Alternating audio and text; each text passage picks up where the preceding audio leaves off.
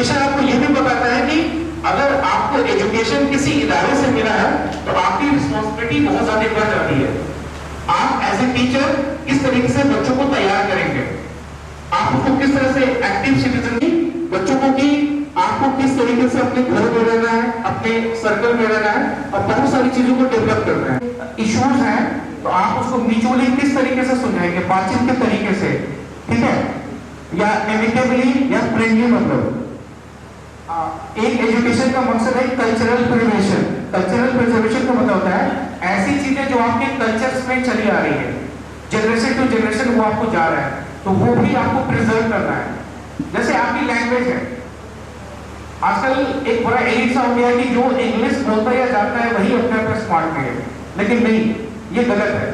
English is a medium language है वो, मतलब आपका सिर्फ वो आपको क्या करता है, हेल्प करता है कि एक कम्युनिकेशन का मीडियम है। लेकिन कोई ये समझ ले कि जो इंग्लिश बोलता है वही स्मार्ट है, ये एकदम फॉल्स है।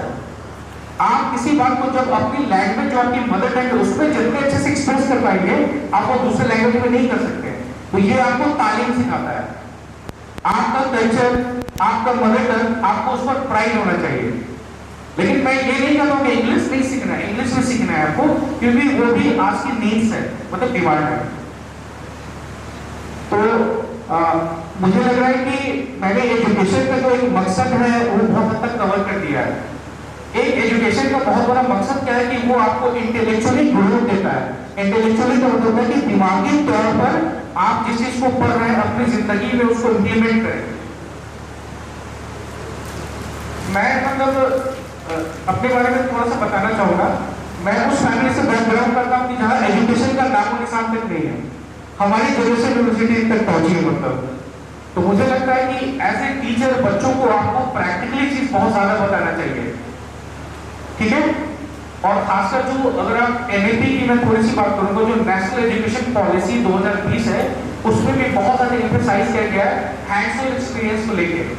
आप बच्चे को कोई भी चीज पढ़ाइए, उसके पीछे का अगर आप उसको लॉजिक समझाते हैं या उसके पीछे का उसको प्रोग्राम समझाते हैं तो वो बच्चों के लिए बहुत ज्यादा डेवलपमेंट हो जाता है। तो मैं अपनी बात को यहाँ पर रोकता हूँ और मैं आपके लिए क्वेश्चन आंसर का सेशन यहाँ पर खोलता हूँ। कोई सवाल अगर आपके जहन में हो, मैं अगर जवाब दे सकूँ तो, किसी भी टीचर्स का कोई भी सवाल हो तो आपकी तरफ से कोई भी सवाल हो तो मैं जवाब देना चाहता हूँ। थोड़ा सा आप सवाल जवाब कोशिश करें। किसी का कोई भी सवाल आप 2 मिनट ले लीजिए, शुरू करें।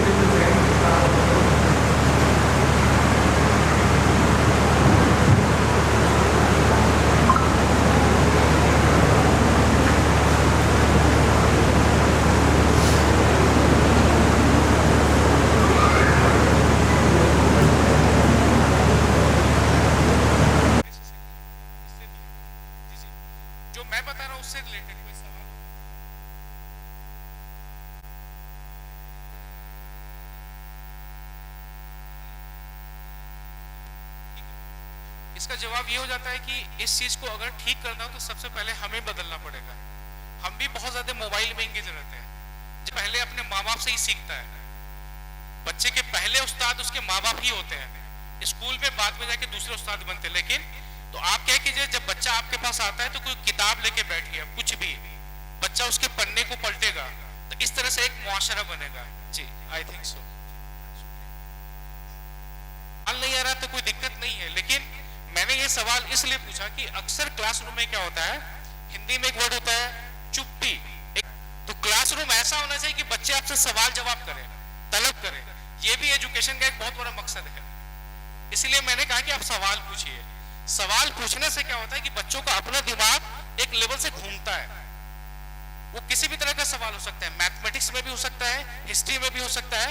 बच्चे जब भी सवाल पूछे आप उनको इंकरेज करें, उनका जवाब दें।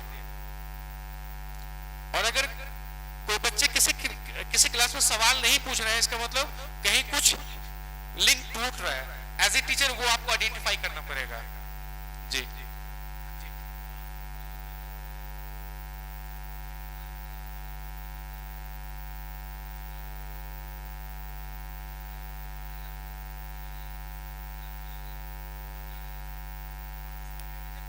सिटिंग अरेंजमेंट बदल दीजिए। आप यू शेप में बच्चों को बैठा दीजिए और आप भी बच्चे के बराबर बैठिए।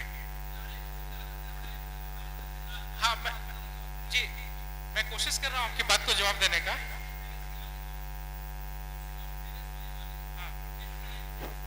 आप हो सकता है कि क्लासरूम में कुछ ऐसा अरेंजमेंट करें, चिटाई बिछा दें आप, चिटाई, टेबल को पीछे कर दें,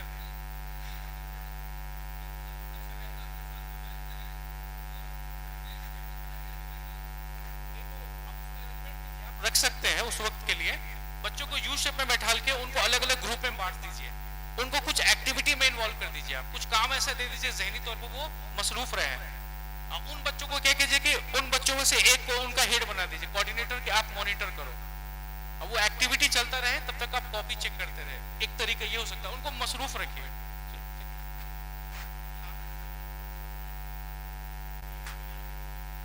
नहीं, वही मैं बता रहा हूँ। अक्सर क्या होता है कि जब भी कोई सवाल आता है तो हमको उसको बच्चे के लेवल पर जाके सोचना चाहिए। हम भी तो कभी बच्चे थे ना, तो सवाल ठीक है उस तरीके से उसको लॉजिकल जवाब देने की कोशिश कीजिए। जी हाँ बताइए।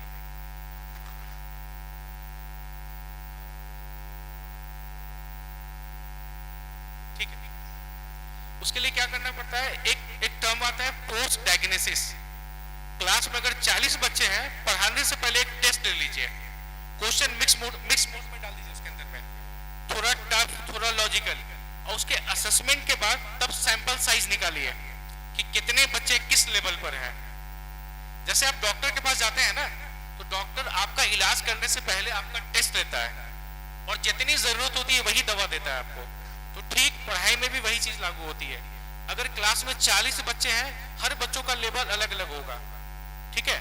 जब आप उसको पढ़ाने से पहले उसका असेसमेंट कर लेंगे, मे बी मैथमेटिक्स में हो सकता है, मे बी लैंग्वेज के ऊपर हो सकता है, बिल्कुल आसान से जवाब सवाल से उसमें कुछ लॉजिकल, कुछ कैलकुलेशन, कुछ दिमाग वाले उस तरह से फॉर्म करके देखिए। और जब वो आपको सॉल्व करके दे दे तो उसके बेसिस पर आप सैंपल साइज उसका निकालिए। निकालने के बाद तब देखिए, और क्लास में 3 कैटेगरी में बांट दीजिए बच्चों को, below average, average, above average, और उसके हिसाब से थोड़ा सा आपको चीजें डिजाइन करनी पड़ेगी। फिर उस तरीके से आप उसको लेसन प्लान में डालिए, तो इंशाल्लाह आई थिंक वर्क करेगा। ठीक है,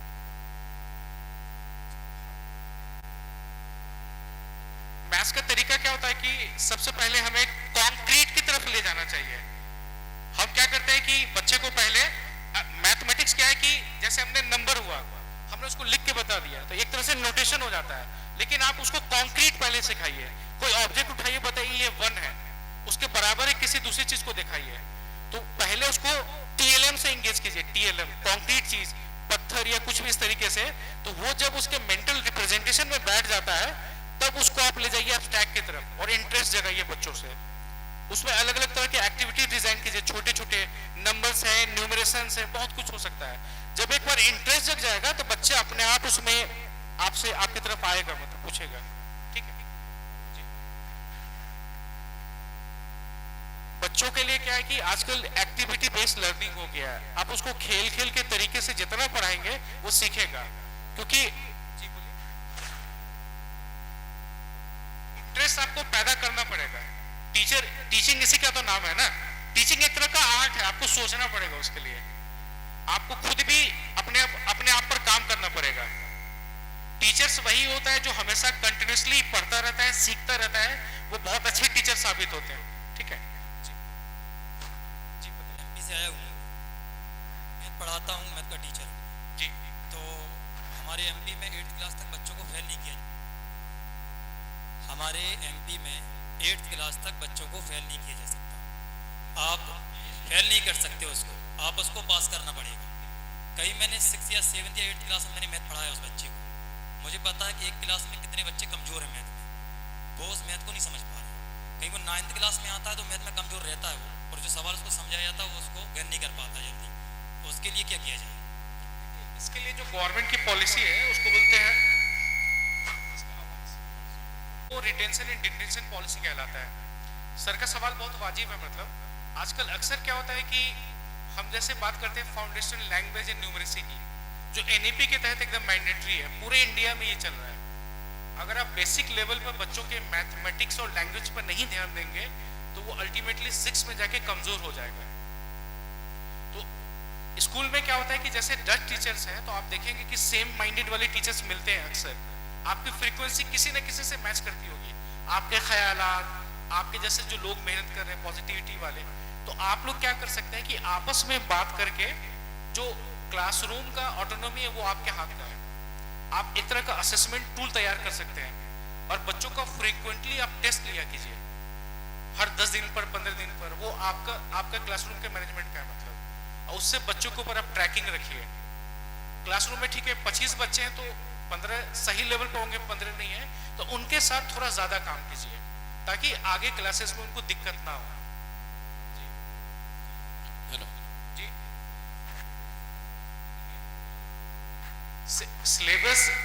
सिलेबस में क्या है कि आप बच्चों को इस तरीके से पढ़ाइए, सिलेबस भी जरूरी है लेकिन अगर फंडामेंटली नॉलेज उनके अंदर नहीं गया तो फिर वो सिलेबस कंप्लीट भी बेकार हो जाता है।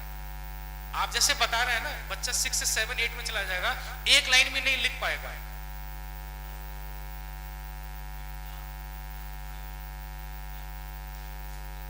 मैं बस आपकी बात खत्म कर रहा हूं। जैसे मैथमेटिक्स में अलजेब्रा है, अलजेब्रा का कनेक्शन अक्रॉस द पूरे मैथ्स में है। अगर आपने बच्चे के अलजेब्रा पर काम कर लिया तो उसका समझिए अर्थमेटिक भी ठीक हो जाएगा, उसका ज्योमेट्री भी ठीक हो जाएगा। तो इस तरीके से थोड़ा सा सोचना पड़ेगा आपको मतलब जी। अगर बच्चे का आपने मैथमेटिक्स में कैलकुलेशन ठीक कर दिया तो बच्चे का फिजिक्स अपने आप ठीक हो जाएगा। स्पीड, वेलोसिटी के इस तरह के जितने सवाल से बच्चे वो बना सकता है, थोड़ा सा उस तरह से सोचना पड़ेगा। ठीक है जी। सर, आजकल जो है सभी स्कूलों में इंग्लिश मीडियम में नर्सरी एलकेजी यूकेजी चलती है, प्री प्राइमरी। तो नर्सरी एलकेजी का कोर्स कितना होना चाहिए पूरे साल में कि हम ये समझे कि बच्चे ने इतना सीख लिया नर्सरी में, इतना एलकेजी में, इतना यूकेजी में? आपको इसके लिए एनसीईआरटी का लर्निंग आउटकम्स देखना पड़ेगा। लर्निंग आउटकम्स क्या होता है, जो कि उसमें एलोस पूरे डिफाइन कर दिए जाते हैं, हर क्लास के हिसाब से क्या क्या प्रोफिशिएंसी बच्चों को बताना है वो थोड़ा देखना पड़ेगा आपको। मैथमेटिक्स है तो कितनी प्रोफिशिएंसी आनी चाहिए, लैंग्वेज है तो कितनी प्रोफिशिएंसी आनी चाहिए, एक ये वो पूरा डॉक्यूमेंट है मतलब जी। तो मैं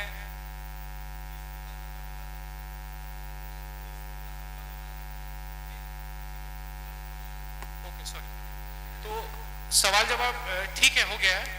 तो मैं ये मकसद बताना चाह रहा था कि तालीम का जो मेन मकसद है, आपको बच्चों को इस तरीके से तैयार करना है कि कॉग्निटिव लेवल वो सोचने लग जाए, एक अच्छे सिटीजन्स बने, और जो तालीम का दायरा है वो काफी बढ़े और वो बच्चों को एक्टिव सिटीजन बनाने की तरफ ले जाए। आप उनको इस तरीके से तैयार करें कि वो लाइफ में हर रेस में आगे निकले, वो चाहे पढ़ाई लिखाई का मैदान हो, चाहे स्मार्टनेस का हो, चाहे वो किसी भी फील्ड में जाए। तो इस तरीके से सोचना पड़ेगा जी। तो मैं अपनी बात को खत्म करता हूँ। मैंने कोशिश किया, एक अल्लाह ताला से मैं दुआ करता हूँ कि जितनी बातें मैंने बताई हैं आप उसको सोचें और काफी मेहनत करें और इस तालीम की चीज को पकड़ें आप जी। वो आखिर दावा ना हो जी।